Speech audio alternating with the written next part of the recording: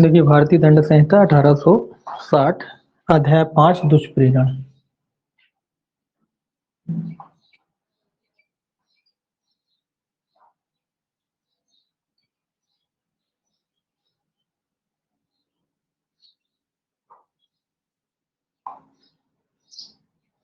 ठीक है, ये जो चैप्टर है आपका धारा 107 से 120 तक जाता है। सेक्शन 107 से लेकर 120 तक।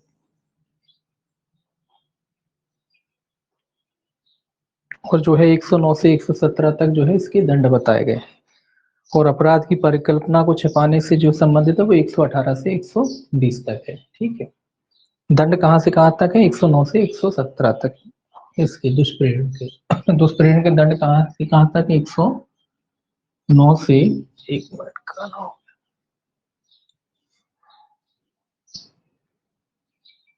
109 से 117 तक क्या है? दंड, दुष्प्रेरण के जो है दंड के बारे में बताया गया है। और परिकल्पना से संबंधित अपराध की जो परिकल्पना है उसको छिपाने से संबंधित है वो 118 से 120 तक। परिकल्पना को छुपाना, ठीक है, वो आपके 118 से 120 तक है। अब देखिए दुष्प्रेरण जो है आपका 107 में, धारा 107 में बताया गया, सेक्शन 107 में क्या बताया गया? दुष्प्रेरण। पहले तो ये जान लीजिए कि दुष्प्रेरण कैसा अपराध है? एक अपूर्ण अपराध है। पूछा जाता है कैसा अपराध है? अपूर्ण अपराध। दुष्प्रेरण एक अपूर्ण अपराध माना जाता है। ठीक है, अपूर्ण अपराध क्यों माना जाता है? क्योंकि इसमें ये अपूर्ण अपराध इसीलिए माना जाता है कि दुष्प्रेरित कार्य ना होने पर भी दुष्प्रेरक जिम्मेदार होता है। अगर दुष्प्रेरित जो कार्य है वो ना भी हो तो भी दुष्प्रेरक जिम्मेदार है। इसमें जरूरी नहीं कि कार्य हो तब दुष्प्रेरक जिम्मेदार होगा। तो कार्य ना होने पर भी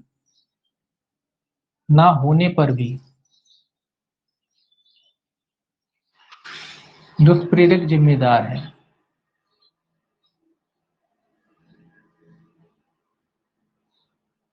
इसीलिए इसको जो है अपूर्ण अपराध माना जाता है कि अगर आपने दुष्प्रेरण किया है और भले ही वो कार्य ना किया जाए, आपने मुझे उकसाया और मैंने वो काम नहीं किया, तो भी आप जिम्मेदार हैं क्योंकि आपने मुझे दुष्प्रेरित किया, भले ही वो काम मैंने नहीं किया हो। जो जिस बात के लिए आपने मुझे दुष्प्रेरित किया वो कार्य मैंने नहीं किया, लेकिन जो है आप फिर भी जो है दुष्प्रेरण के जिम्मेदार होंगे। इसीलिए कहते हैं ये अपूर्ण अपराध है। कैसा अपराध है? अपूर्ण अपराध। अपूर्ण अपराध मतलब काम नहीं हुआ, आप चाहते थे कि भाई ऐसा हम दुष्प्रेरित करेंगे और सामने वाला व्यक्ति ऐसा जो है कार्य हमारे कहने के अनुसरण में कर देगा, अब सामने वाले ने नहीं किया तो भी आप दोषी माने जाएंगे। इसलिए कैसा अपराध होता है? दुष्प्रेरण अपूर्ण अपराध होता है। दुष्प्रेरण कैसा अपराध है? अपूर्ण अपराध है। ठीक है, ये आपको याद रखना है, पूछा जाता है ये दुष्प्रेरण कैसा अपराध है? अपूर्ण अपराध है। या ये पूछा जाता है कि यदि दुष्प्रेरित कार्य ना किया जाए तो भी दुष्प्रेरक जिम्मेदार होता है, एक ही बात है। अगर दुष्प्रेरित कार्य ना किया जाए तो भी दुष्प्रेरक जिम्मेदार होता है। ठीक, ये आपको याद रखना है। अब देखिए बात आती धारा 107 की कि दुष्प्रेरण के इसमें 3 तरीके बताए गए हैं। भी दुष्प्रेरण किन किन प्रकार से होता है? 3 तरीकों से होता है, पहला, दूसरा और तीसरा। तो ये भी इंपॉर्टेंट है, ये पूछा जाता है कि दुष्प्रेरण कितने प्रकार से होता है। दुष्प्रेरण जो है 3 प्रकार से होता है। पहला, उकसाने द्वारा। उकसाने द्वारा किया जा सकता है, किसी को उकसा के किया जा सकता है। ठीक है, आपने उसको उकसाया। दूसरा, षड्यंत्र द्वारा। षड्यंत्र द्वारा भी हो सकता है, आपने कोई षड्यंत्र रचा उसके द्वारा दुष्प्रेरण किया। ठीक है, उसके द्वारा भी हो सकता है। तीसरा, साशय सहायता द्वारा। साशय सहायता द्वारा।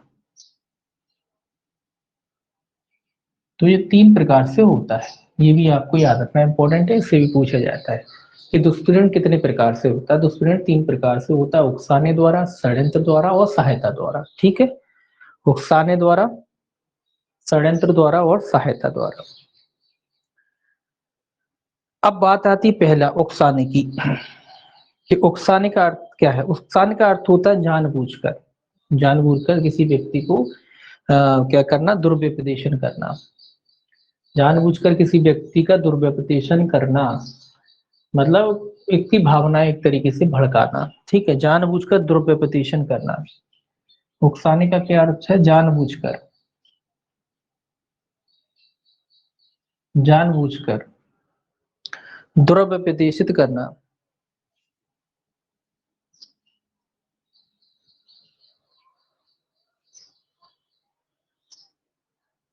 देशित करना, मतलब एक तरीके से भ्रमित कर देना, लोगों की भावना को भड़का देना कि भी इस तरीके का करो, ठीक है। तो जानबूझकर दूसरे को दुर्व्यपदेशित करना को कहते हैं उकसाना। एक तरीके से आप उसको उकसा रहे हो, उसकी भावनाओं को भड़का रहे हो कि भाई ऐसा करो, ठीक है। इसमें ये भी शामिल होता है कोई ऐसा तात्विक तथ्य छिपाना जिसे प्रकट करने के लिए वह बाध्य है। कोई तात्विक तथ्य, कोई तात्विक तथ्य छिपाना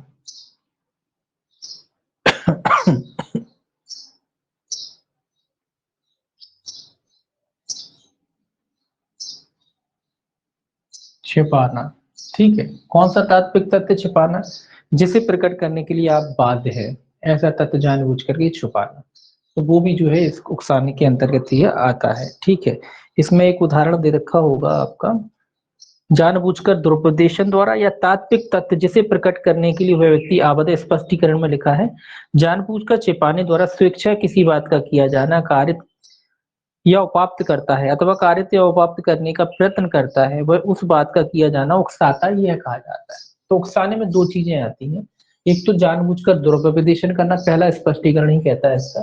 दूसरा ये कहता है किसी तात्विक तथ्य को छिपा लेना, जो कोई तात्विक तथ्य था जिसको प्रकट करने की आपकी, तात्विक तथ्य भी ऐसा जिसको प्रकट करने की आपकी जिम्मेदारी थी और आपने वो तथ्य जानबूझ करके छुपा लिया, तो माना जाएगा कि आपने क्या किया, उकसाने द्वारा जो है दुष्प्रेरण किया है। फिर एक उदाहरण दे रखा है लोक सेवक का, ये भी आता है उदाहरण का, एक लोक ऑफिसर न्यायालय के वारंट द्वारा या को पकड़ने के लिए प्राधिकृत है। खा उस तथ्य को जानते हुए और यह भी जानते हुए कि गा या नहीं है, का को जानबूझकर यह व्यपदिष्ट करता है कि गा या है और तद द्वारा सा से का से गा को पकड़वाता है, या खा गा के पकड़े जाने पर उकसाने द्वारा दुष्प्रेरण करता है। ये कह रहा है कि न्यायालय का कोई ऑफिसर था, किसी व्यक्ति को गिरफ्तार करने के लिए जाता है और आप जानते हो जिस व्यक्ति को गिरफ्तार करने आया है वो व्यक्ति नहीं है जिसको आप गिरफ्तार करा देते हो। मतलब वो उदाहरण के लिए मान लीजिए ए को गिरफ्तार करने आता है और आप ए की जगह जो है बी को गिरफ्तार करा देते हो, आपको पता है कि वो ए को गिरफ्तार करने आया था, आप इस बात को अच्छी तरीके से जानते हो कि वो ए को गिरफ्तार करने आया था और आप ये कहते हो कि ये ए, बी जो है ए है, आप बी को ही ए बता देते हो कि भाई बी जो है ए है, इसको गिरफ्तार कर लिया, यही है ना। तो ये कह रहा है कि इस प्रकार आपने कौन सा अपराध किया, इस प्रकार जो है आपने उकसाने द्वारा दुष्प्रेरण का अपराध किया, ठीक है। क्या किया आपने? उकसाने द्वारा क्या किया? उकसाने द्वारा दुष्प्रेरण का अपराध किया। क्यों किया? क्योंकि आपने जानबूझकर क्या किया, उसे दुर्व्यपदेशित किया, भ्रमित किया, एक तरीके से दुर्व्यपदेशित किया, भ्रमित किया उसे, और उसको जो है उकसाने के द्वारा क्या किया आपने, दुष्प्रेरित किया, ठीक है। अब बात आती है पत्र, एक कभी कभी ये भी पूछ लिया जाता है कि पत्र द्वारा दुष्प्रेरण भाई कब पूरा होता है, पत्र द्वारा उकसाने का जो है दुष्प्रेरण कब जो है पूरा होता है। मान लो हमने पत्र में कोई ऐसी बातें लिखी जो उकसाने वाली है, वो तो उस मामले में जो है दुष्प्रेरण का अपराध कब जो है पूरा हो जाता है। स्वाभाविक सी बात है, जब आपने पत्र लिखा और जैसे ही परिस्थिति, मतलब जिसको भेजा था उस व्यक्ति ने उसको पढ़ लिया, तो सीधा लिख देते पढ़ लिया, पत्र द्वारा दुष्प्रेरण जैसे ही पढ़ लिया, जैसे ही उस पत्र को उसने पढ़ लिया तो दुष्प्रेरण का अपराध जो होता है क्या हो जाता है, पूरा हो जाता है। ये किस बात में क्या कहा गया, शिव दयाल का एक बात था, काफी पुराना, हालांकि ये आएगा नहीं, तो बस इतना याद रखना है आपको कि पत्र द्वारा दुष्प्रेरण कब पूरा हो जाता है, जब उस पत्र को पढ़ लिया जाता है, ठीक है।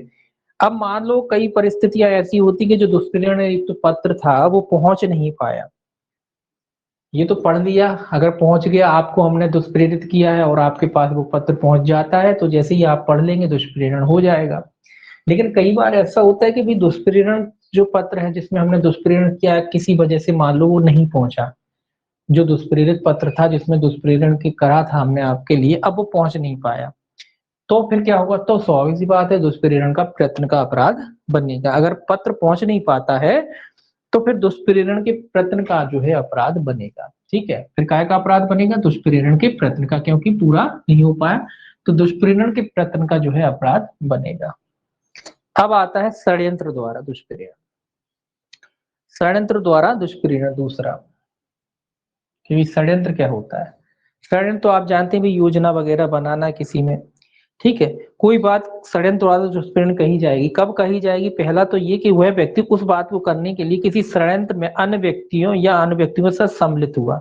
कुल मिला के षड्यंत्र में सम्मिलित हुआ वो किसी अन्य व्यक्ति के षड्यंत्र में,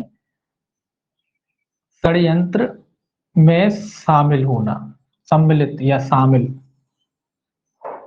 शामिल हुआ हो। अब ये तो आप जानते हैं कि भाई षड्यंत्र के लिए कोई एक अकेला व्यक्ति तो षड्यंत्र कर नहीं सकता, किसी अन्य व्यक्तियों के साथ ये सम्मिलित हुआ होगा, है ना? तो षड्यंत्र में शामिल हुआ हो किसी अन्य व्यक्तियों के साथ। अब लेकिन इसका मतलब ये नहीं है कि षड्यंत्र के अनुसरण में उस व्यक्ति ने जो है, पहला तो एक क्या कह रहे थे अपन, षड्यंत्र, हाँ, तो षड्यंत्र में शामिल हुआ हो किसी अन्य व्यक्तियों के साथ, जो अन्य व्यक्ति हैं उनके साथ मिलकर के कुछ न कुछ षड्यंत्र, एक तरीके से योजना बनाना है, षड्यंत्र करना है। तो षड्यंत्र में शामिल हुआ हो किसी अन्य व्यक्ति के साथ, उस षड्यंत्र के अनुसरण में तथा उस बात को करने के उद्देश्य से कोई कार्य या अवैध लोभ कारित किया हो, कोई कार्य या अवैध लोभ कारित किया हो, कार्य या अवैध लोभ, ये तो षड्यंत्र में आप जानते हैं, लोभ कारित किया हो। षड्यंत्र की जो परिभाषा है वही सेम है। तो षड्यंत्र में शामिल हुआ हो और उसमें शामिल होने के बाद कोई कार्य या अवैध लोभ कारित किया हो, तो माना जाएगा कि उसने षड्यंत्र द्वारा जो है दुष्प्रेरण का जो है अपराध किया है।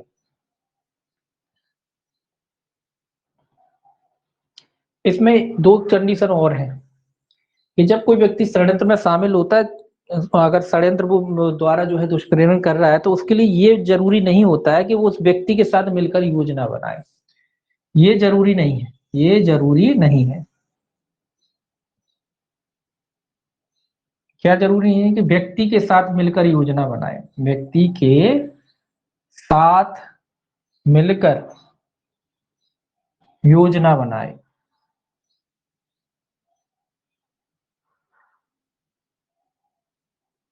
जरूरी नहीं है कि व्यक्ति के साथ मिलकर यही योजना बनाई गई हो तभी हम कहेंगे कि भाई षड्यंत्र हो गया। जरूरी नहीं कि वो व्यक्ति के साथ मिलकर उस अपराध की योजना बनाए, केवल पर्याप्त है कि उस षड्यंत्र में सम्मिलित हुआ हो। सम्मिलित होना पर्याप्त है। सम्मिलित, एक मिनट,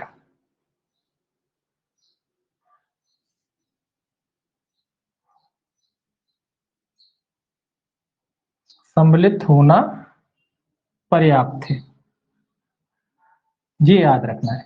जरूरी नहीं कि योजना बनाए, मतलब लोग बैठे थे, जरूरी नहीं कि हमने योजना बनाई हो, बैठ के हम जाके शामिल हो गए बस, तो भी माना जाएगा कि आपने षड्यंत्र द्वारा दुष्प्रेरण किया है। तो सम्मिलित होना ही पर्याप्त है, उसके लिए कोई योजना बनाना जरूरी नहीं कि हम उसके संग योजना बनाएंगे तभी षड्यंत्र माना जाएगा। षड्यंत्र के लिए केवल इतना जरूरी है कि आप उस जो घटना हुई है या जब मान लो जो प्लानिंग चल रही थी वहां जाके शामिल हो गए, केवल इतना पर्याप्त है। मान लो कोई षड्यंत्र रचा जा रहा है, उसमें आप केवल शामिल हो जाएं, इतना ही पर्याप्त है। जरूरी नहीं कि आपने योजना बना, क्योंकि क्या होता है, मान लो 10 लोग मिलकर कोई षड्यंत्र रच रहे हैं, उदाहरण के लिए, ज्यादा लोगों का उदाहरण इसीलिए लिया ज्यादा बेहतर तरीके से।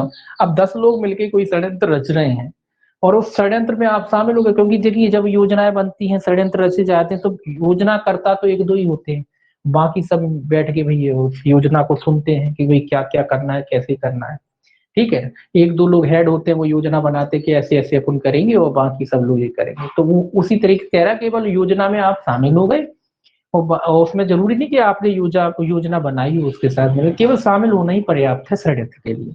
तो इस प्रकार का अगर षड्यंत्र किया जाता है तो इसे क्या कहते हैं? इसे जो है आप क्या कहते हैं, इसे षड्यंत्र द्वारा जो है दुष्प्रेरण कहा जाता है। एक व्हाइट चर्च का मामला है, व्हाइट चर्च का एक मामला है, इसमें एक महिला थी। व्हाइट चर्च का मामला 1890 का।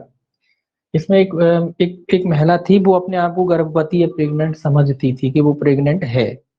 ठीक है, जबकि वास्तविकता में वो प्रेग्नेंट नहीं थी गर्भवती नहीं थी, उसने अन्य लोगों के साथ मिलकर के जो है अपना गर्भपात कराने की जो है कोशिश करी, ठीक है, अपना गर्भपात कराने की कोशिश करी और फिर उन लोगों के साथ जो है औषधि वगैरह जो है औजार वगैरह जो भी होते हैं उससे उसने जो है अपना गर्भपात कराने का जो है योजना बनाई, षड्यंत्र करा। तो उस स्त्री को जो है दुष्प्रेरण क्या माना गया, षड्यंत्र का दुष्प्रेरण षड्यंत्र द्वारा दुष्प्रेरण का दोषी माना गया। उस महिला को षड्यंत्र द्वारा दुष्प्रेरण का दोषी माना गया, भले ही वो गर्भवती नहीं थी तब भी, वो गर्भवती नहीं थी तब भी उसे जो है षड्यंत्र द्वारा दुष्प्रेरण का दोषी माना गया, ये याद रखना। अब आती है सहायता द्वारा। तीसरा भैया सहायता द्वारा।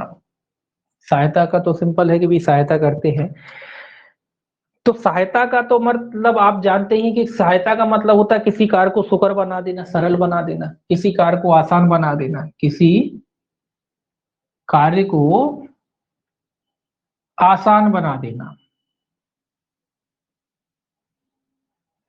मतलब आपने मदद कर दी और आसान हो गया, कोई दो लोग लड़ रहे थे आपने पिस्तौल और पकड़ा दी, अब और आसान हो गया उसके लिए उसकी हत्या करना, ठीक है। तो इस प्रकार की सहायता, तो सहायता द्वारा जो है आप क्या कर सकते हैं, दुष्प्रेरण कर सकते हैं। सहायता द्वारा का मतलब होता है जो वो कार्य कर रहा है जो व्यक्ति उसको और आसान बना देना, ठीक है। षड्यंत्र द्वारा दुष्प्रेरण वो क्या कहलाता है, सहायता द्वारा दुष्प्रेरण कहलाता है।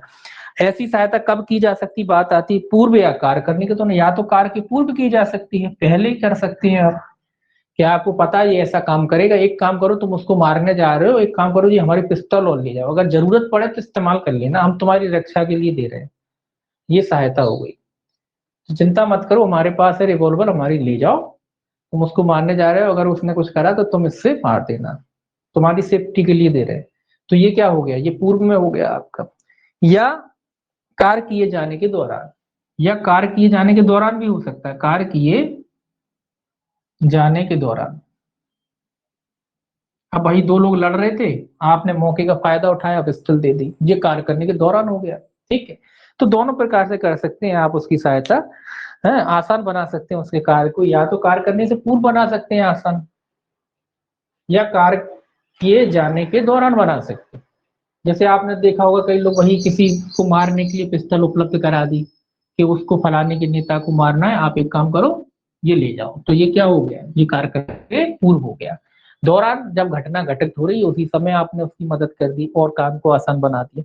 तो ये सहायता द्वारा जो दुष्प्रेरण कैसे हो सकता है, पूर्व में भी हो सकता है और कार्य करने के दौरान भी जो है हो सकता है, ठीक, दो प्रकार से ये जो है हो सकता है।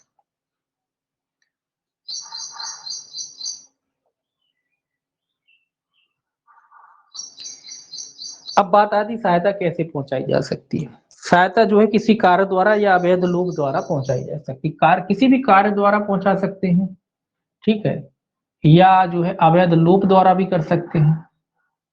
अवैध लोक, लोक की परिभाषा तो आप पढ़े ही हुए पहले, अवैध लोक मतलब जो काम करना चाहिए था वो नहीं किया आपने, तो उस तरीके से भी पहुंचा सकते हैं, है ना। अवैध लोक द्वारा भी कर सकते हैं और कार्य द्वारा भी कर सकते हैं, दोनों तरीके से कर सकते हैं। जो कार्य ड्यूटी आपकी थी वो आपने नहीं करी, उस तरीके से भी कर सकते हैं, है ना। जैसे आपने वो फिल्म देखी थी ना पुष्पा की, वो टैंक बंद करा देता है, क्या करा देता है वो, डैम डैम के गेट बंद करा देता है, तो ये क्या अवैध लोक है, जो काम आपको करना चाहिए था वो नहीं करा आपने, अपने ड्यूटी का पालन नहीं किया, है ना। तो इस तरीके के कार्य अवैध लोक के द्वारा भी किया जा सकता है, ठीक है। जो कार्य करना चाहिए था या कोई कार्य करके, या जो कार्य आपको करना चाहिए था वो ना करके आप जो है सहायता द्वारा दुष्प्रेरण कर सकते हैं। या फिर जो है किसी कार्य की सुविधा प्रदान करके, सुविधा प्रदान करके, वो सुविधा का पुण्य उदाहरण दे के लिए सुविधा प्रदान करके आपने कोई सुविधा दे दी, ठीक है। तो इस प्रकार से भी सहायता द्वारा जो है आप दुष्प्रेरण कर सकते हैं। एक केस है उमी, हालांकि ये इंपॉर्टेंट केस नहीं, लेकिन हाँ इसका फैक्ट इंपॉर्टेंट है, इसका जो है फैक्ट इंपॉर्टेंट है। उमी बनाम महाराष्ट्र, उमी बनाम सम्राट, ठीक है। उमी बनाम सम्राट का मामला है 1882, ठीक है। उमी बनाम सम्राट का जो मामला 1882 का मामला है बम्बई का। पहले बम्बई बोलते थे मुंबई को, अब मुंबई नाम हो गया, मुंबई बॉम्बे कई नाम बदलते रहे, पहले उस समय बम्बई नाम था, बम्बई। तो बम्बई का मामला है, बम्बई हुआ, फिर बॉम्बे हुआ, फिर मुंबई हो गया। ठीक है, तो बम्बई नाम था इसका उस समय। तो इसमें एक पादरी था, पादरी जो चर्च में होते हैं ना, पादरी यह जानते हो कि दुर्विवाह को संपन्न कराने में सहायता पहुंचाई। मतलब वो जानता था कि ये व्यक्ति पहले से जो है शादीशुदा है और द्वि विवाह कराने में उसने क्या पहुंचाई, सहायता पहुंचाई। तो उस पादरी को क्या माना गया, द्वि विवाह का जो है दुष्प्रेरक माना गया, दुष्प्रेरण, द्वि विवाह के दुष्प्रेरण के रूप में उसे जिम्मेदार ठहराया गया। ठीक है, द्वि विवाह का मतलब आप कोई पादरी हो या कोई पंडित हो जो ये जानता हो कि कोई व्यक्ति पहले से ही विवाहित है और वो जानबूझकर अगर विवाह कराता है तो वो दुष्प्रेरक के रूप में जिम्मेदार होता है। इसीलिए हमने ये वाला उदाहरण लिया है कि जो भी व्यक्ति शादी कराने के लिए जिम्मेदार होते हैं, जैसे कि जिसमें पादरी होते हैं, अपने यहाँ पंडित होते हैं, है ना, और मौला वगैरह, ये सब के उनकी वो तो नहीं ठहराएंगे, वो अलग बात हो जाएगी। तो पादरी या पंडित वगैरह जो होते हैं, तो इसमें अगर कोई व्यक्ति जानता है कि जो द्वि विवाह से पहले से जो है विवाहित है कोई व्यक्ति और उनकी विधि के अनुसार द्वि विवाह अगर दंडनीय है, तो वो जो पादरी होगा या जो पंडित होगा वो द्वि विवाह का क्या माना जाएगा, दुष्प्रेरक माना जाएगा। ठीक है, ये भी याद रखना है आपको। ठीक, ये भी जो है आपको याद रखना है, दुष्प्रेरक के रूप में क्या माना जाएगा, दोषी माना जाएगा अगर जानबूझ के करता है, जानता है, तो वो जो है इस प्रकार दुष्प्रेरण का दोषी माना जाएगा।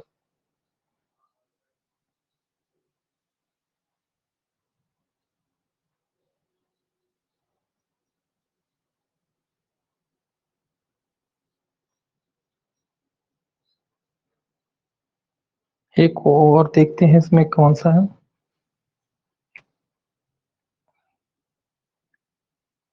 हाँ, श्री राम बनाम उत्तर प्रदेश राज, श्री राम वर्षित उत्तर प्रदेश राज 1975, ये केस है एक। श्री राम बनाम उत्तर प्रदेश राज 1975 का केस है ये। इसमें क्या था, इसमें एक व्यक्ति ने जो है मृतक को अपने यहाँ निमंत्रण दिया, आमंत्रण किया भोजन के लिए कि आइए हमारे घर भोजन करिएगा, और अपने घर पे भोजन कराने के बाद जो है उसकी हत्या कर दी गई, उसकी हत्या कर दी गई। तो एक व्यक्ति ने जो है मृतक को अपने यहाँ निमंत्रण दिया था कि वहां आने पर किसी ने मतलब उसने भोजन के लिए निमंत्रण किया, और किसी ने जो है, उसने नहीं किया, किसी और ने जो है उसके यहाँ क्या किया थी, उसकी हत्या कर दी। न्यायालय ने इसमें निर्णय दिया कि धारा 107 के खंड 3 के अंतर्गत निमंत्रण दाता को हत्या के अपराध में सुविधा प्रदान कर दुष्प्रेरण का दोषी तब तक नहीं ठहराया जा सकता जब तक कि यह साबित न कर दिया जाए कि निमंत्रण का उद्देश्य सुविधा प्रदान करना था। तो यहाँ न्यायालय ने ये कहा कि भैया इनको हत्या के दुष्प्रेरण का तब तक हम दोषी नहीं मान सकते जब तक हम ये साबित न कर दिया जाए कि इन्होंने उस व्यक्ति को, जो किसी अन्य ने जिसको मारा, किसी अन्य ने जो इसको मारा है, उसको सुविधा प्रदान कराना चाहते थे। तो पहले ये साबित करना पड़ेगा कि ये उस व्यक्ति को सुविधा प्रदान कराना चाहते थे। मतलब आपने किसी को अपने घर बुलाया, और अगर वो बात अलग है कि कोई दूसरा मार के चला गया, तो वो इसमें ये कह रहा है कि उसमें आपको ये साबित करना पड़ेगा कि आपने जानबूझ करके बुलाया था, आप जानते थे कि कोई इसका मर्डर करने वाला है। तो अगर आप ये बात जानते थे कि हाँ कोई व्यक्ति जो घात लगाए बैठा है या जिसको आप सुविधा दे रहे हैं वो आपके घर आएगा और आप जो निमंत्रण किया है वो व्यक्ति उसको मार देगा, तब आप इस धारा का दोषी माना जाएगा। तो कुल मिला के इनको जो है ये इस धारा में कहा गया कि ये इनको दोषी नहीं माना जा सकता, यानी इनको छोड़ दिया गया था। तो इनको दोषी नहीं माना जा सकता जब तक कि ये साबित ना कर दिया जाए कि इन्होंने घर पे बुला करके उस व्यक्ति को सुविधा प्रदान करी। ठीक, श्री राम बनाम उत्तर प्रदेश राज्य 1975 दुष्प्रेरण से ही संबंधित है, उकसाने द्वारा, दुष्प्रेरण सहायता द्वारा, सॉरी सहायता द्वारा दुष्प्रेरण से ही जिस मामला जो है संबंधित थे।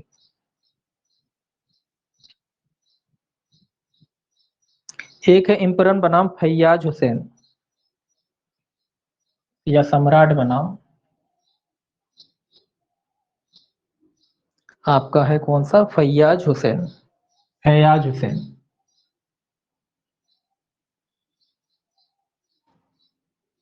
ठीक है, ये केस इसलिए है, हालांकि ये केस नहीं आएगा लेकिन केस का फैक्ट जरूर आपके इसमें है, जो पूछा जाता है इसका फैक्ट बना करके आपसे पूछा जाता है। इसमें एक जमींदार था, जमींदार यह जानती हुई कि पुलिस अधिकारी द्वारा किराए का मकान इनका मकान था, वो जमींदार था, वो जानता था कि जो किराए का मकान है उसमें पुलिस अधिकारी जो है लोगों को, चोरों को पकड़ते हैं और यातना देते हैं अवैध रूप से, थर्ड डिग्री का इस्तेमाल करते हैं किराए के घर में। तो ये क्या है, अवैध है। तो उसको क्या माना गया, जिसका घर किराए से लिया था इन्होंने, उसको जो है दुष्प्रेरण का दोषी माना गया, क्योंकि वो सुविधा प्रदान कर रहा था। उसको ये पता था कि पुलिस वाले जो काम है एक तरीके से गलत काम कर रहे हैं उसके। तो ये उदाहरण भी आता है कि कोई पुलिस अधिकारी किसी का घर कोई किराए से लेता है और वो ये जानता है कि पुलिस अधिकारी उस घर का इस्तेमाल यातना पहुंचाने के लिए करेगा, तो वो काय का दोषी होगा, जिसका घर किराए से लिया। अगर वो जानता है कि पुलिस अधिकारी इस तरीके का कृत्य करेगा, तो वो व्यक्ति जिसने घर किराए से दिया है वो दुष्प्रेरण का दोषी होगा। इसका फैक्ट पे क्वेश्चन बनता है। ठीक,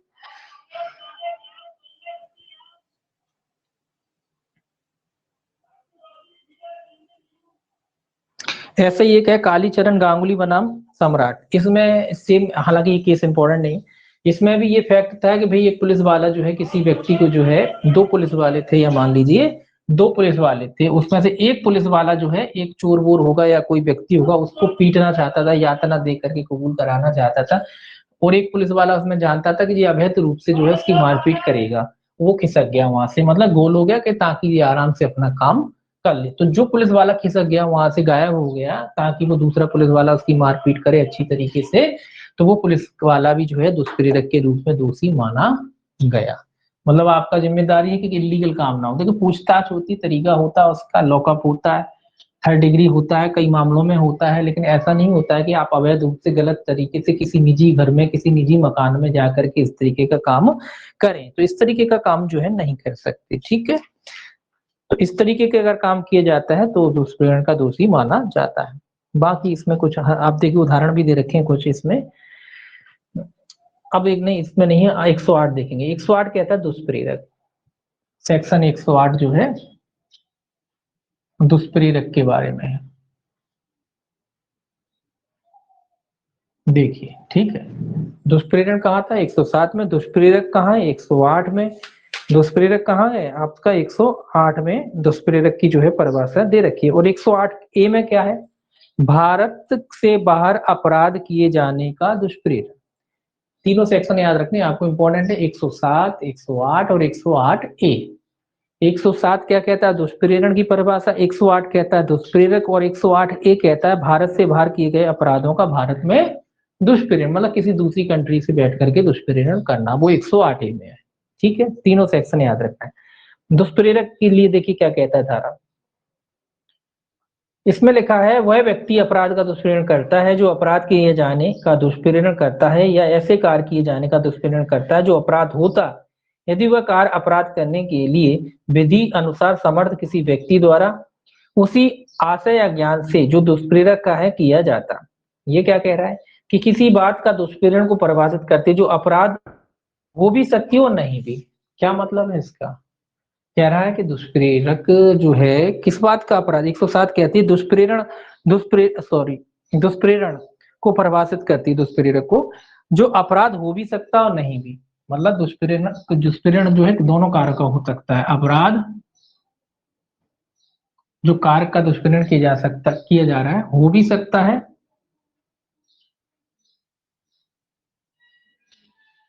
और नहीं भी। दोनों ही बातें हैं, जिस कार्य का आपने दुष्प्रेरण किया है वो दोनों प्रकार का हो सकता है, अपराध भी हो सकता है और हो सकता है कि वो अपराध ना भी हो। ठीक है, धारा 107 में दुष्प्रेरक, दुष्प्रेरण करने वाले को दुष्प्रेरण का दोषी नहीं माना जा सकता जब तक कि वो धारा 108 के अधीन दुष्प्रेरक की परिभाषा में ना आता हो। ये कह रहा है कि धारा 107 के अधीन जो दुष्प्रेरण करने वाले को जो है दुष्प्रेरण का दोषी नहीं माना जा सकता जबकि वो धारा 108 के अधीन दुष्प्रेरक की परिभाषा में ना आता हो। मतलब दुष्प्रेरक होगा तभी उसको दुष्प्रेरण का दोषी माना जाएगा। अगर कोई व्यक्ति दुष्प्रेरक है तो ही उसे दुष्प्रेरण का दोषी माना जाएगा 107 के अधीन। किसी ऐसी बात का दुष्प्रेरण करने वाले को ही जो धारा 109 में दुष्प्रेरक माना गया है, पहला या तो अपराध हो, मतलब जिस कार्य को उसने किया वो क्या हो, अपराध हो, जिस कार्य का दुष्प्रेरण किया वो कैसा होना चाहिए, अपराध होना चाहिए। दूसरा, दुष्प्रेरक के आशय या ज्ञान से अपराध करने में, दुष्प्रेरक के आशय और ज्ञान से किया गया हो, आशय और ज्ञान के आधार पर। दुष्प्रेरक जो है उसके आशय और ज्ञान के आधार पर। अपराध करने में सक्षम किसी व्यक्ति द्वारा किए जाने पर अपराध होता। अपराध किए जाने पर सक्षम व्यक्ति द्वारा, व्यक्ति द्वारा मतलब क्या है, मतलब ये है कि भाई अगर अपराध सक्षम व्यक्ति होता और वो उस काम को करता तो वो अपराध हो जाता। समझ गए बात। पहला तो ये कि जो अपराध है अपराध होना चाहिए। दूसरा बात कह रहा है कि कार्य ऐसा होना चाहिए कि अगर कोई व्यक्ति उसको करता, अगर कोई व्यक्ति उसको करता जो सक्षम है तो वो अपराध हो जाता। अभी हुआ नहीं क्योंकि कोई सक्षम नहीं था, लेकिन अगर कोई सक्षम व्यक्ति द्वारा उसे करा जाता, पूर्ण किया जाता ना, जैसे कार्य अधूरा है उसको क्या कहते हैं, उसको जो है उस ऐसे व्यक्ति को जो है दुष्प्रेरक कहते हैं। तो दो प्रकार के इस तरीके से जो है कार्य होना चाहिए। इसमें उदाहरण भी लिखे हैं। तो पहला क्या लिखा है, का खा से कहता है कि वह गा की जो खा के विरुद्ध साक्षी बनने वाला हत्या कर दे, यहाँ का अपराध का दुष्प्रेरण करता है। यह एक अपराध का दुष्प्रेरण है, अतः धारा काक के अधीन जो है 108 के अधीन दुष्प्रेरक है। क्या उदाहरण लिखा है, एक मिनट।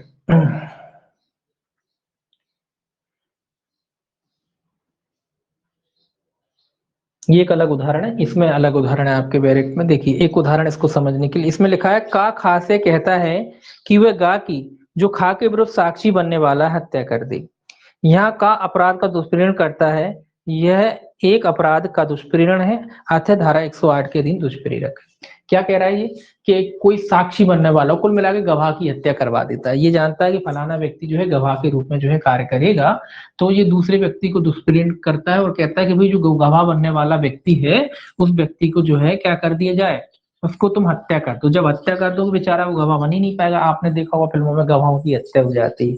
तो ऐसे ही इसने दुष्प्रेरण किया और उस गवाह की जो है हत्या करा दी। तो ये कह रहा है वो व्यक्ति जिसने दुष्प्रेरण किया वो दुष्प्रेरक के रूप में जिम्मेदार होगा, क्योंकि जो अपराध जो कार्य उसने किया है वो अपने आप में क्या है, एक अपराध है।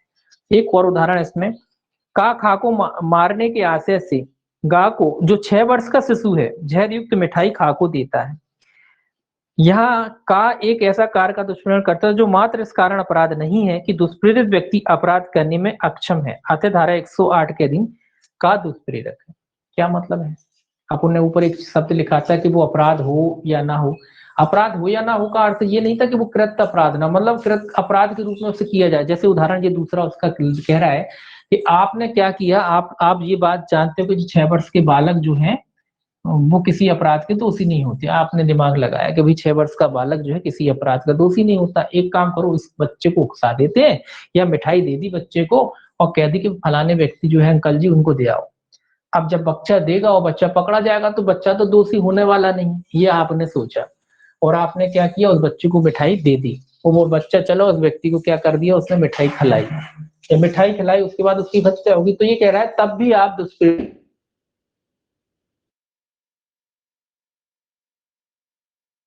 वो बच्चा जिम्मेदार ना हो, क्योंकि बच्चा अपराध का तो दोषी है नहीं हो सकता। लेकिन अगर बच्चे की जगह ये देखा जाएगा कि यदि बच्चे की जगह कोई स्वस्थ व्यक्ति होता या कोई बालिग होता और वो उसको जहर देता तो क्या वो अपराध होता, बिल्कुल अपराध होता। इसीलिए उस जो दुष्प्रेरक है उसको क्या माना जाएगा, दोषी माना जाएगा। तो कहने का मतलब यही है कि जो कार्य किया गया वो अपराध होना चाहिए, या ऐसा कार्य होना चाहिए कि अगर उसे स्वस्थ चित्त या कह लीजिए सक्षम व्यक्ति कह लीजिए, सक्षम व्यक्ति द्वारा किया जाता तो वो अपराध होता। भले ही वर्तमान में वो द्वारा तो अपराध है ही नहीं। आप जानते हैं कि बच्चा 6 साल से छोटा है तो वो अपराध तो है ही नहीं, बच्चे के लिए तो अपराध है ही नहीं, है ना। भले ही अपराध नहीं है तो भी वो दुष्प्रेरक जिम्मेदार होगा, क्योंकि उसमें ये देखा जाएगा फिर कि अगर कोई स्वस्थ व्यक्ति या ये कह लीजिए सक्षम व्यक्ति द्वारा वो अपराध किया जाता तो वो दुष्प्रेरण वो जो है अपराध होता। ठीक है, ये देखा जाएगा। अब इसमें स्पष्टीकरण दे रखे हैं। पहला स्पष्टीकरण कहता है किसी कार्य के अवैध लोभ का दुष्प्रेरण अपराध की कोटि में आ सकेगा चाहे दुष्प्रेरक उस कार्य को करने के लिए स्वयं आबद्ध ना हो। ये कह रहा है किसी कार्य के अवैध लोभ का दुष्प्रेरण, अवैध लोभ का मतलब है जानबूझकर उस कार्य को नहीं किया। ठीक है, तो इस प्रकार से जो है वो दुष्प्रेरक जो है दुष्प्रेरण के लिए जो है जिम्मेदार हो सकेगा।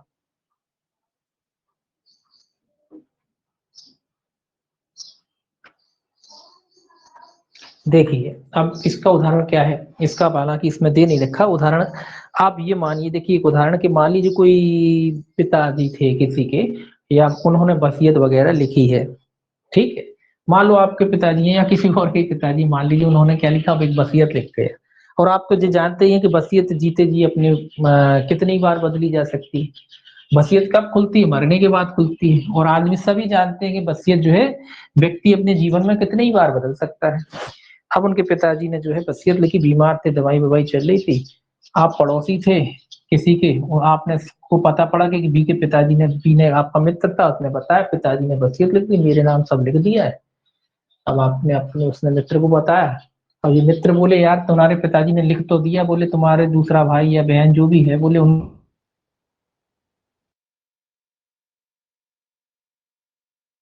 बंद कर दो देना, ताकि मर जाएंगे तो वो वसीयत तो मर गया, है ना। तो इसने क्या समझाया इसको, इसने बढ़िया पाठ पढ़ाया है कि एक काम करो, अब वसीयत तो लिखी दी, अब देर मत करो, दवाई ववाई देना बंद करो, पिताजी खत्म हो जाएंगे तो तुम्हारे नाम आ जाएगी, नहीं तो फिर क्या हो, क्या पता पिताजी का मूड बदल गया, है ना, किसी और को कर दिया।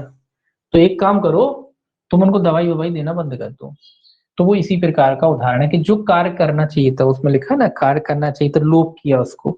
तो इसका कार्य क्या था, अपने पिताजी को दवाई देना, टाइम टू टाइम दवाई देना, इसने क्या किया, दवाई देना बंद कर दिया। तो इस प्रकार से जो है वो भी माना जाएगा कि अवैध लोप भी जो है इसमें आता है, जो कार्य करना चाहिए था वो नहीं किया, तो इस प्रकार से जो है वो अवैध लोप माना जाएगा दुष्प्रेरण का, ठीक है। लोप हेतु उकसाना, लोप हेतु क्या करा इसने, व्यक्ति ने, ए ने क्या किया, लोप हेतु उकसाया, किसको उकसाया, जिस व्यक्ति का काम था उस कार्य को करने का, उसको उकसाया कि भैया जो तुम्हारा वैध काम है, जो अपने पिताजी को दवाई दी, तो वो मत दो। तो ए ने उसको क्या किया, लोप करने के लिए उकसाया, तो ए इसमें जो है दुष्प्रेरण का दोषी होगा। दूसरा दृष्टांत देखिए, दूसरा स्पष्टीकरण देखिए, दूसरा स्पष्टीकरण कहता है दुष्प्रेरण का अपराध घटित होने के लिए यह आवश्यक नहीं है कि दुष्प्रेरित कार्य किया जाए, यह अपराध घटित करने के लिए अपेक्षित प्रभाव कारित हो। ये आप जानते हैं, ये कह रहा है कि दुष्प्रेरण घटित होने के लिए ये जरूरी नहीं होता है कि दुष्प्रेरित कार्य किया जाए या अपराध घटित होने के लिए कोई कार्य, अपराध कोई घटित हो, जरूरी नहीं है। केवल दुष्प्रेरण किया इतना ही पर्याप्त है। उदाहरण भी दे रखे हैं इसमें, तो दो दो उदाहरण दे रखे हैं। गा की हत्या करने के लिए खा को का उकसाता है, खा वैसा करने से इनकार कर देता है, ये हत्या के लिए खा का दुष्प्रेरण किया। हमने आपको उकसाया और आपने नहीं किया, तो हम काहे के दोषी हैं, हत्या के दोष, भले ही वो कार्य ना किया गया हो तो भी दुष्प्रेरक जिम्मेदार है।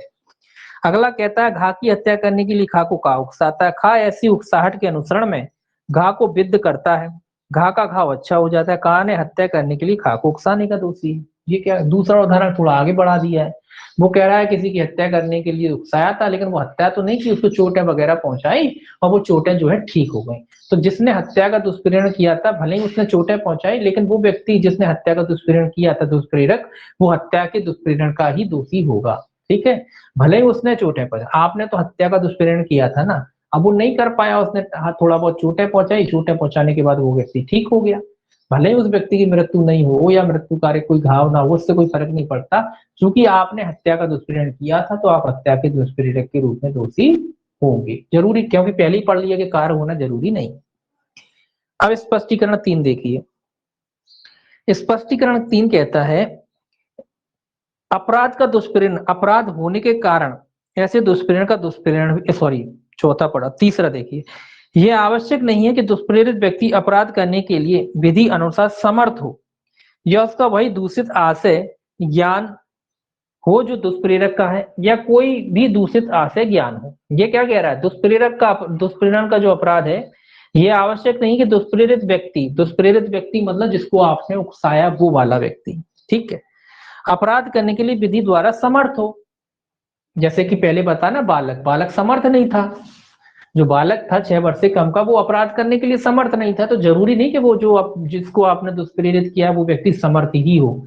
जैसे कि अपने एक उदाहरण देखा कि बालक को उसने मिठाई दी, आइसक्रीम दी, कुछ भी दिया कि वो किसी फलाने व्यक्ति को दे दे, अब वो बालक तो जो है अपराध करने के लिए समर्थ है नहीं, तो जरूरी नहीं कि वो जो जिसको आपने दुष्प्रेरित किया है वो अपराध करने के लिए क्या हो, समर्थ हो। या हो सकता है बालक है, हो सकता है पागल हो, वो अपन ने पहले प्राइवेट डिफेंस में पढ़े, वो लोग अक्षम माने जाते हैं ना, इस तरीके का कोई व्यक्ति, या उसका वही दूषित आशय या ज्ञान हो। जरूरी भी नहीं कि जो आपके दिमाग में खुरापात चले किसके, दुष्प्रेरक के, और जिसको दुष्प्रेरित किया उसके दिमाग में भी वो बात चले, इसका भी कोई फर्क नहीं पड़ता इसमें, ठीक।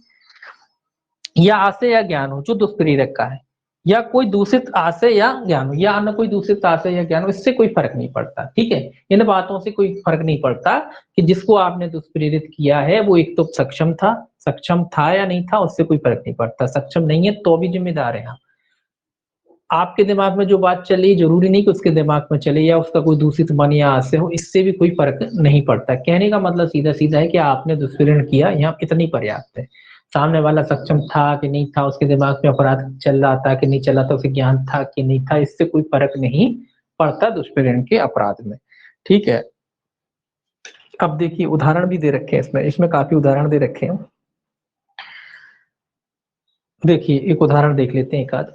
ये कहता है दृष्टांत इसके, का दूषित आशय से एक शिशु या पागल को यह कार्य करने के लिए दुष्प्रेरित करता है कि जो अपराध होगा यदि वह ऐसे व्यक्ति द्वारा किया जाए जो कोई अपराध करने के लिए विधि अनुसार समर्थ है, यदि वह आशय रखता जो कि काका है, चाहे वह कार्य किया जाए या ना किया जाए, का अपराध के दुष्प्रेरण का दोषी। लगभग उसी जैसा उदाहरण है कि कोई पागल को या पागल को आपने दुष्प्रेरित किया है, इससे भी कोई फर्क नहीं पड़ता कि वो कार्य किया जाता है या नहीं किया जाता है, तो भी आप दुष्प्रेरण के दोषी होंगे। उदाहरण के लिए मान लीजिए हमने एक बालक को उकसाया कि भी ऐसा काम कर दो, या जहर की मिला के दे दिए खाने में कि उसको दे आओ, और वो बालक दे के नहीं आया, ये देने गया गिर गया पहले, तो भी वो दुष्प्रेरक जिम्मेदार होगा। ये कह रहा है तो भी वो दुष्प्रेरक जिम्मेदार होगा। ऐसे ही उदाहरण इसमें 7 वर्ष तक का शिशु का अपराध है। बाकी उदाहरण आप पढ़ लेना इसमें, ठीक है। सेम लगभग इसी टाइप के उदाहरण सारे पढ़ना आपको। अब देखिए स्पष्टीकरण 4, अपराध का दुष्प्रेरण, अपराध होने के कारण ऐसे दुष्प्रेरण का दुष्प्रेरण भी अपराध है, ये इंपॉर्टेंट है। चौथा स्पष्टीकरण, एक मिनट, कौन सा है स्पष्टीकरण,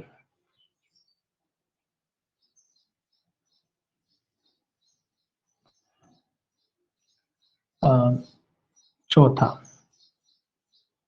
स्पष्टीकरण 4। ये क्या है, दुष्प्रेरण का दुष्प्रेरण, ये पूछा जाता है।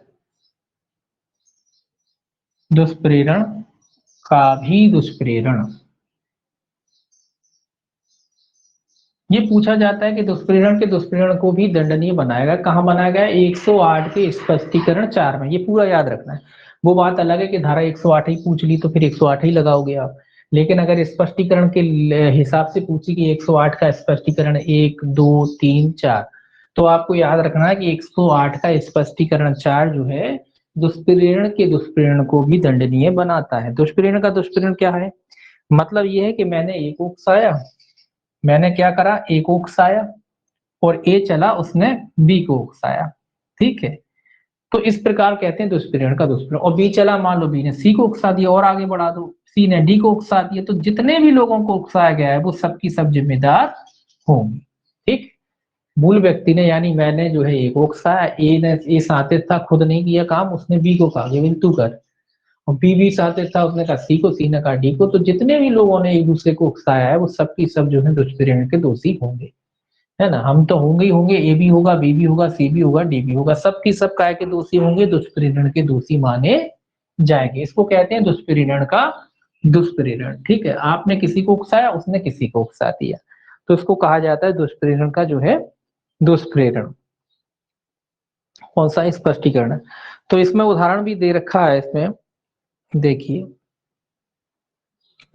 गा को या की हत्या करने के लिए को उकसाने के लिए खा को का उकसाता है, खा तदनुसार या की हत्या करने के लिए गा को उकसाता है, खा के उकसाने के परिणाम स्वरूप गा उस अपराध को करता है। खा अपने अपराध के लिए हत्या के दंड से दंडनीय है, और का ने उस अपराध को करने के लिए खा को उकसाया है, इसलिए का भी उसी दंड से दंडनीय, मतलब दोनों की दोनों समान दंड से दंडनीय है। ये कह रहा है, ये कह रहा है कि आपने किसी की हत्या करने के लिए किसी अन्य व्यक्ति को उकसाया, उस अन्य व्यक्ति ने किसी अन्य व्यक्ति को उकसा दिया, तो ये कह रहा है कि दोनों के दोनों जो है उस अपराध के दुष्प्रेरण के, जो हत्या का दुष्प्रेरण होता है उसके लिए जो है दोषी माने जाएंगे, ठीक है। एक उदाहरण है, केवल आपको इतना याद रखना है कि दुष्प्रेरण का दुष्प्रेरण जो दंडनीय बनाया गया है, कहाँ बनाया गया है? आपके स्पष्टीकरण 4 में बनाया गया है। एक और स्पष्टीकरण है शायद इसमें, स्पष्टीकरण 5। ये कहता है षड्यंत्र द्वारा दुष्प्रेरण का अपराध करने के लिए ये आवश्यक नहीं है कि दुष्प्रेरक उस अपराध को करने वाले व्यक्ति के साथ मिलकर उस अपराध की योजना बनाए। यह पर्याप्त है कि उस षड्यंत्र सॉरी उल्टा हो गया, अगर निकल गया, नहीं ठीक है, योजना बनाए। यह पर्याप्त है कि वो षड्यंत्र में सम्मिलित हो जिसके अनुसरण में वो अपराध किया गया। ये तो बात अपने पहले ही पढ़ ली, स्पष्टीकरण 5 की। ये कह रहा है कि षड्यंत्र के द्वारा दुष्प्रेरण के लिए जरूरी नहीं कि उस अपराध में जो है शामिल हो या योजना बनाए, बस केवल सम्मिलित होना पर्याप्त है, केवल सम्मिलित होना पर्याप्त है। ऐसा एक उदाहरण दे रखा है विष का, इसमें आपको देख लेना है विष का जो एक उदाहरण है। विष का उदाहरण कहता है या को विष देने के लिए का एक योजना खा के साथ मिलकर बनाता है, यह सहमति हो जाती है कि का विष देगा। खा तब यह वर्णित करते हुए गा को योजना समझा देता है कि कोई तीसरा व्यक्ति विष देगा, किंतु का नाम नहीं बता। मतलब ये है कि विष लेके जहर देकर किसी को मारना था और दोनों ने मिलकर के योजना बना ली कि भैया इस तरीके का विष दिया जाएगा, और ये भी बता दी कि वो थर्ड पर्सन कोई है उससे विष दिलाएंगे। वो व्यक्ति नहीं जानता था कि कौन सा थर्ड पर्सन है, कौन देगा विष, तो भी जो है उसको काय का दोषी माना गया, जो है दुष्प्रेरण का दोषी माना जाएगा। और हालांकि उस थर्ड पर्सन और इसके बीच में कोई कुछ नहीं हुआ है, लेकिन चूंकि योजना में सम्मिलित रहा ना, ये उदाहरण ये बात को समझाने की कोशिश कर रहा है कि जिस व्यक्ति दो व्यक्ति थे ए और बी जो दो व्यक्ति थे, इन्होंने मिलकर योजना बना ली, और जो थर्ड पर्सन था, इन थर्ड पर्सन और इसके बीच में कोई लेन देन नहीं, इसको पता भी नहीं है कौन है थर्ड पर्सन, बस ये तय हुआ कि वो व्यक्ति जो है विष देगा। तो हालांकि इसके साथ कोई सम्मिलित नहीं हुआ है, फिर भी जो है ये जो है दुष्प्रेरण का दोषी माना जाएगा। ठीक है, ये कह रहा है कोई योजना बना ली और इसके बाद इसको पता नहीं कौन है पर्सन जो विष देगा, जहर देगा, तो केवल सम्मिलित हुआ है योजना में, इसीलिए ये कह रहा है कि तो भी वो दुष्प्रेरण का दोषी माना जाएगा, षड्यंत्र द्वारा दुष्प्रेरण का दोषी उसे माना जाएगा। ठीक है, और क्या है इसमें, 108 ए है, 108 ए देख लीजिए, सेक्शन 108 ए, ये सेक्शन याद रखना है आपको। ये कहता है भारत से बाहर के अपराधों का भारत में दुष्प्रेरण, भारत से बाहर के अपराधों का भारत में दुष्प्रेरण, कुल मिला के भारत में दुष्प्रेरण। ठीक है, भारत से बाहर के जो अपराध है उनका भारत में दुष्प्रेरण।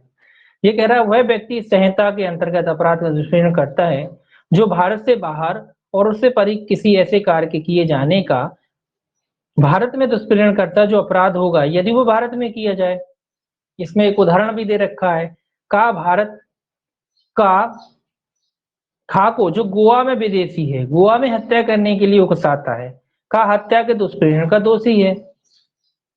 अब आप कहोगे जो उदाहरण गोवा, क्योंकि ये उदाहरण तो अब सही नहीं बैठ रहा है, क्योंकि ये जो है गोवा पहले भारत का भाग नहीं हुआ करता था, ठीक है ना, अब गोवा भारत का भाग है, तो वो ये वाला उदाहरण उसमें हालांकि सूटेबल नहीं रहेगा, लेकिन फिर भी उदाहरण लिखा है समझने के लिए। अपन मान लो कि गोवा भारत का भाग नहीं था, उस समय की घटना है, इसीलिए उसको लिखा हुआ है कि गोवा जो है भारत का भाग नहीं था, और कोई व्यक्ति जो है उधर से जो है किसी विदेशी जो है गोवा में विदेशी मान, अब गोवा की जगह मान लो बांग्लादेश मान लो आप लोग, कि मान लीजिए कोई बांग्लादेशी व्यक्ति है जो विदेशी है, अपने लिए बांग्लादेशी क्या हो गया, एक विदेशी हो गया, ठीक है, वो बांग्लादेश में किसी व्यक्ति को हत्या करने के लिए उकसाता है, का हत्या के दुष्प्रेरण का दोषी है। बांग्लादेशी जो है व्यक्ति है उकसाता है, इसमें लिखा है का खा को जो गोवा में विदेशी है, तो यहाँ का खा जो बांग्लादेश में विदेशी है, बांग्लादेश में हत्या करने के लिए उकसाता है, का हत्या के दुष्प्रेरण का दोषी है।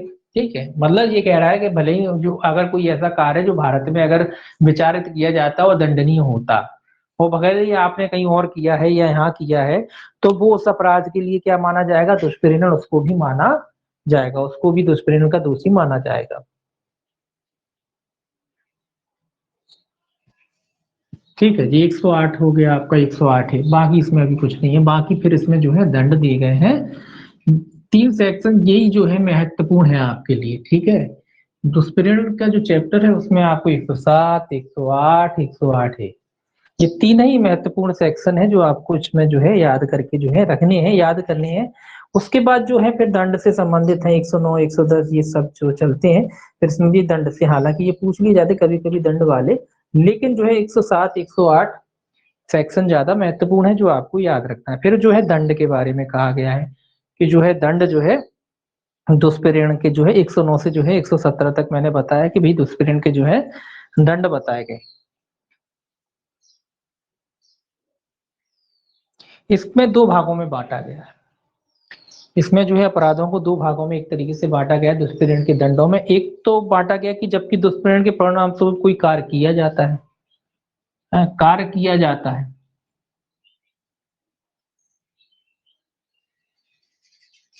एक तो ऐसे बांटा है कि भाई दुष्प्रेरण के अनुसार आपने दुष्प्रेरण किया, वो कार्य किया भी गया, एक वो बन गया।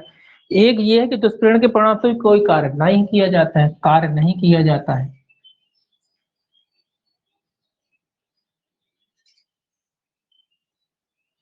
ठीक है, दो बातें होती हैं। एक तो या तो आप दुष्प्रेरण के अनुसार में काम किया गया होगा या नहीं किया गया होगा, इस तरीके से जो है इसमें बांटा गया है।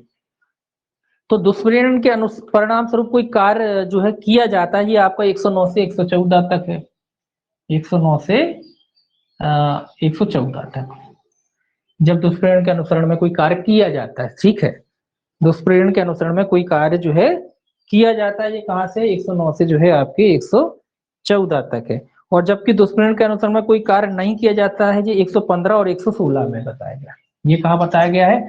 115 और 116 में। ठीक है, दुष्प्रेरण के अनुसार जब कार्य नहीं किया जाता है। ठीक है, ये दो बातें इसमें आपको याद रखना है।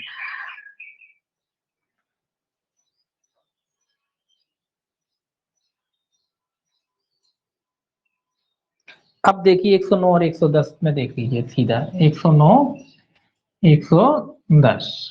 हालांकि यहाँ अब आपको कोई दंड ऐसे नहीं दे रखा है इसमें कि कोई दंड अलग से दे रखा हो।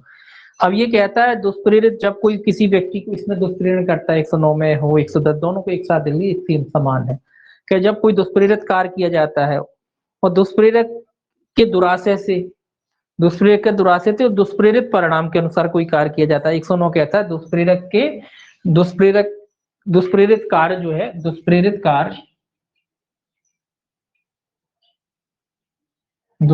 कार्य जो किया जाता है दुष्प्रेरक के दुराशय से। किसके दुराशय से? दुष्प्रेरक के दुराशय लिख लीजिए सीधा, दुराशय से।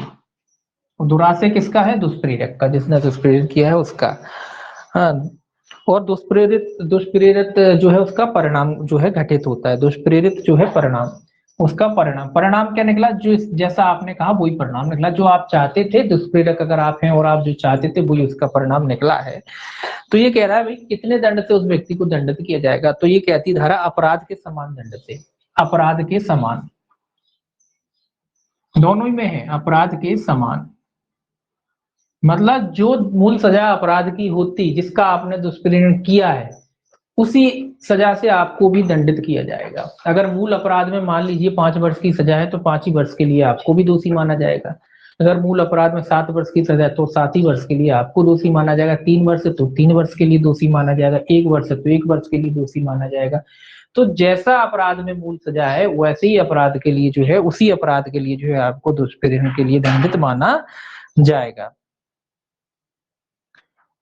और दूसरा 110 क्या कहता है? 110 थोड़ा सा उसका उल्टा है कि दुष्प्रेरित जो कार्य आपने किया है, ठीक है, दुष्प्रेरक के आशय से भिन्न कोई दुराशय से करता है, भिन्न दुराशय से, भिन्न दुराशय।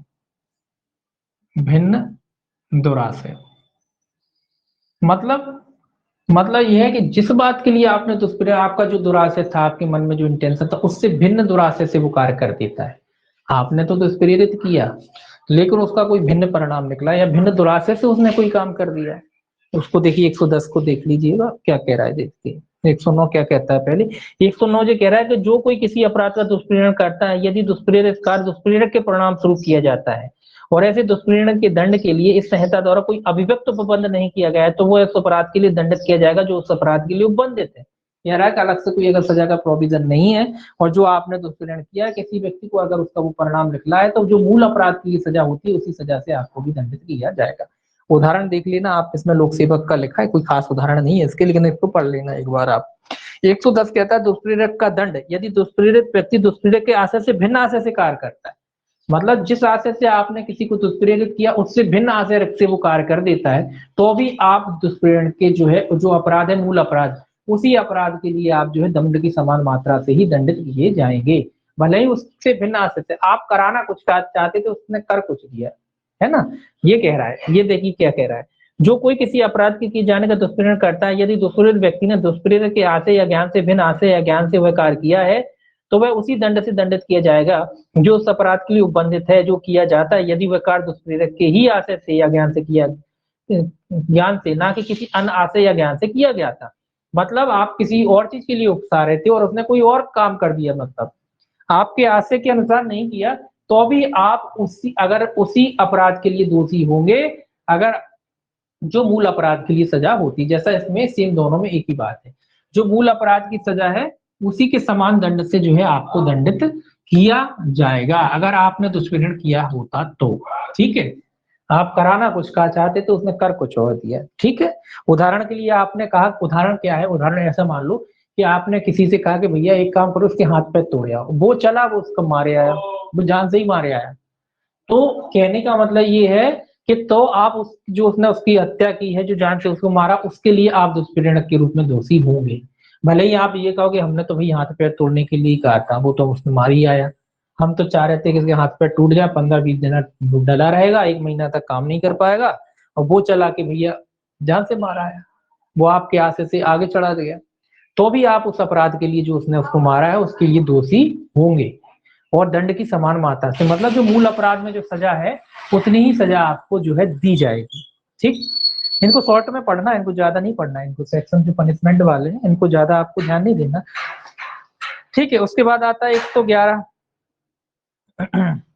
111 कहता है दुष्प्रेरक का दायित्व जब एक कार्य का दुष्प्रेरण किया जाता है और उससे भिन्न कार्य किया जाता है। ये लगभग उसी के जैसा है, 110 के समान है, कि जो कार्य किया जाता है उससे भिन्न कार्य किया जाता है, भिन्न ही कर देता है, बिल्कुल अलग, बिल्कुल अलग, भिन्न परिणाम, जो उसी को अलग अलग करके सारे सेक्शनों को बताया गया है।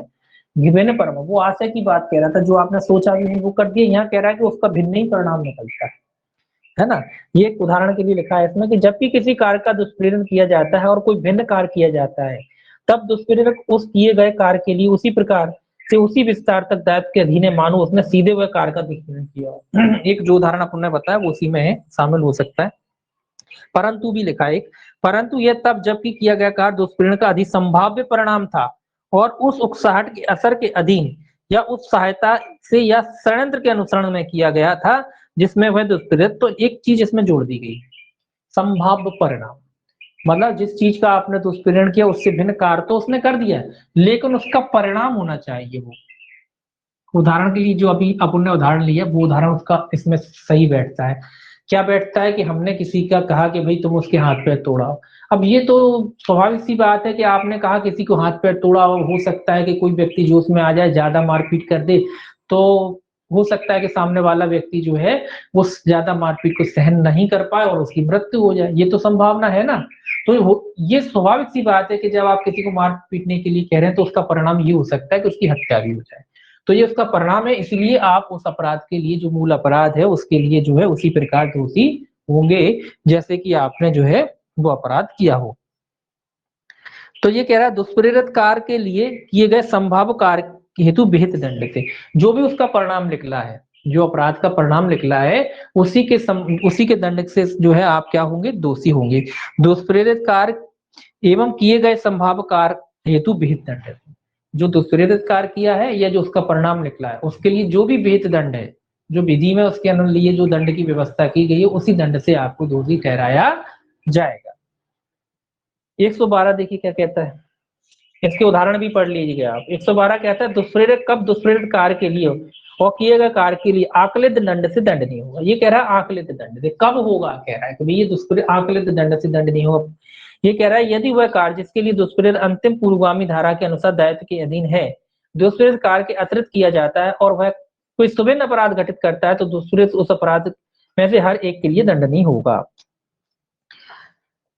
ये क्या कह रहा है, ये कह रहा है कि जो ऊपर वाली धारा थी 111 वाली धारा, उसमें अगर सुभिन्न कोई अपराध घटित किया जाता है तो जो भी सुभिन्न अपराध घटित किया जाता है उसके लिए भी आप दोषी होंगे। उदाहरण देख लीजिए इसमें क्या लिखा है, उदाहरण लिखा है खा को एक लोक सेवक द्वारा किए गए करस्तम में बलपूर्वक प्रतिरोध करने के लिए का उकसाता है।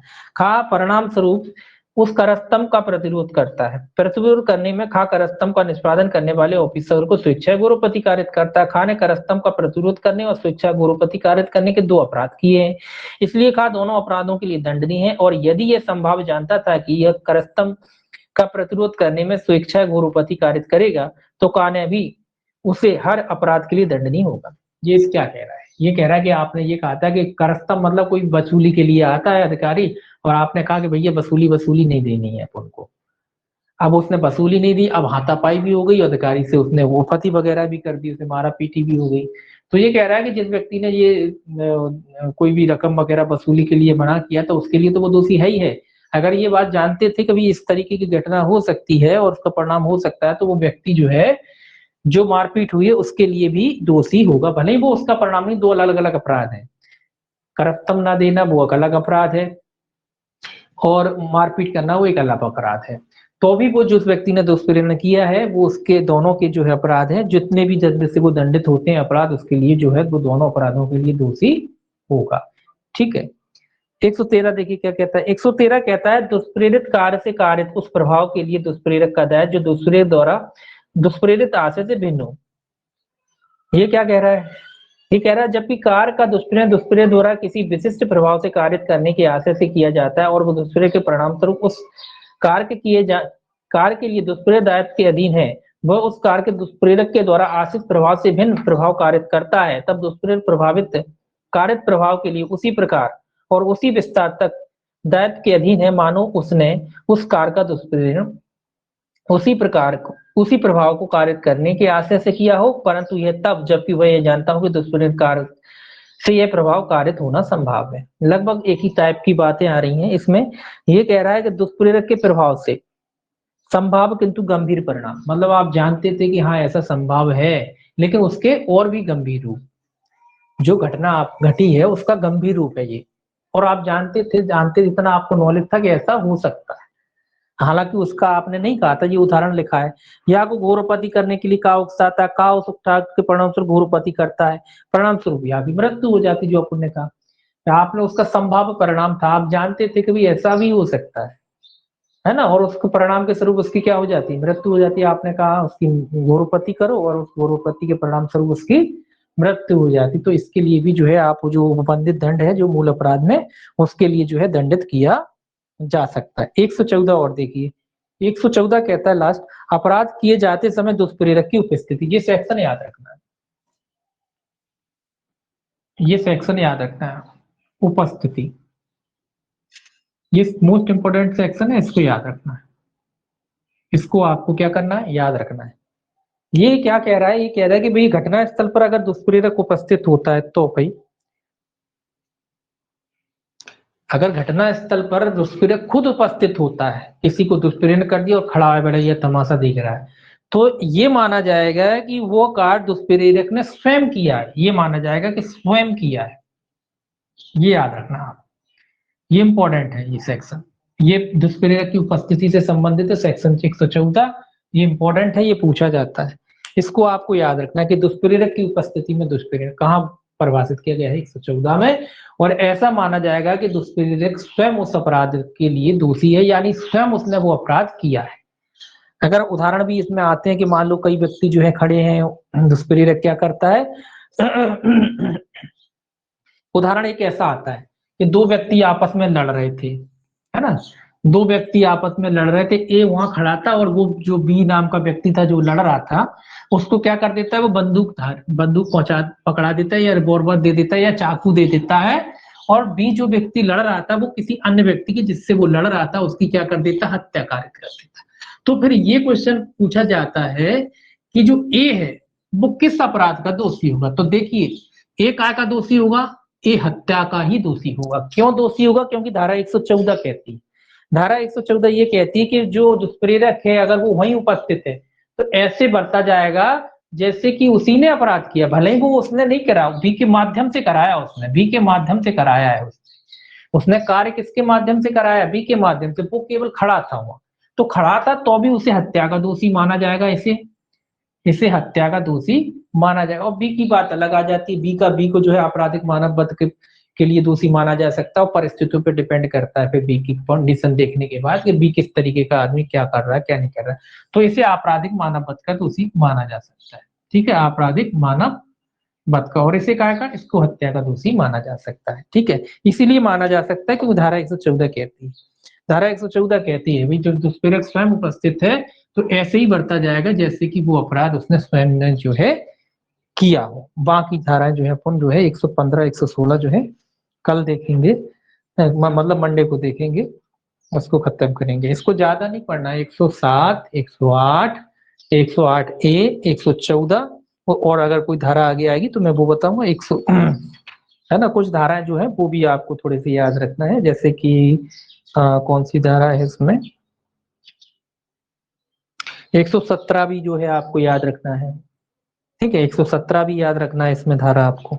117 एक तरीके से समूह के द्वारा कह लीजिए या लोगों को, भीड़ को प्रेरित करना से संबंधित है, तो वो भी याद रखना है आपको इसमें धारा। ठीक है, तो ये कुछ धाराएं जो है आपको इसमें याद रखना। कौन कौन सी धाराएं याद रखना है आपको इसमें, 107 108 और अभी अपना कौन सी पढ़ी थी अपना 114 114 और 117, ये केवल इतनी धाराएं पढ़ लेना, आपका पूरा जी दुष्प्रेरण का चैप्टर सही रहेगा। ठीक है, ये सारी धाराएं आपको पढ़ लेना, बाकी उसमें थ्योरी है तो वो सिंपल सा याद रखना है, बाकी ये धाराएं थोड़ा सा आपको याद रखना है। ठीक, इतना ही पढ़ना है, ज्यादा नहीं पढ़ना है बस। बाकी मंडे को देखेंगे।